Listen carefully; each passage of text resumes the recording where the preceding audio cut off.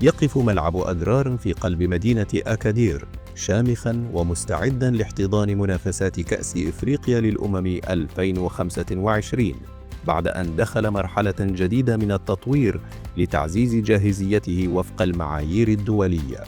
هذا الملعب الذي كان شاهدا على لحظات رياضية مميزة يشهد اليوم تحولا كبيرا ليقدم تجربة مثالية للاعبين والجماهير. شهدت الأشغال تقدما ملحوظا في الأسابيع الأخيرة. العشب الجديد تم تثبيته على أرضية الملعب الرئيسي، وتم تركيب المرمى والإعلانات المحيطة بساحة اللعب. أما على مستوى ملاعب التدريب الأربعة فقد اكتمل تجهيز واحد منها، في حين لا تزال الثلاثة الأخرى قيد الإعداد. التحديثات لم تقتصر على أرضية اللعب فقط، بل شملت المرافق الداخلية، حيث تم تطوير غرف تبديل الملابس وتجهيز قاعات الإعلام والمقصورة الرسمية لاستقبال كبار الشخصيات بما يتماشى مع متطلبات الفيفا.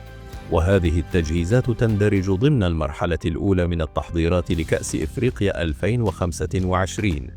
لكن بعد انتهاء البطولة ستبدأ المرحلة الثانية استعدادا لكأس العالم 2030، والتي ستشهد إزالة مضمار ألعاب القوى لتقريب المدرجات من أرضية الملعب وزيادة السعة الجماهيرية، إلى جانب تغطية جميع المدرجات لتوفير راحة أكبر للمشجعين.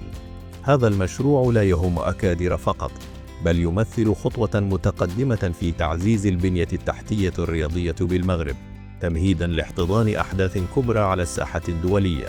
ترقبوا مباريات مشوقة بين عمالقة الكرة الإفريقية مصر، الكاميرون، موزمبيق، الكابون، زيمبابوي، جنوب أفريقيا، أنغولا في هذا الملعب بين 21 من ديسمبر 2025 و18 من يناير 2026.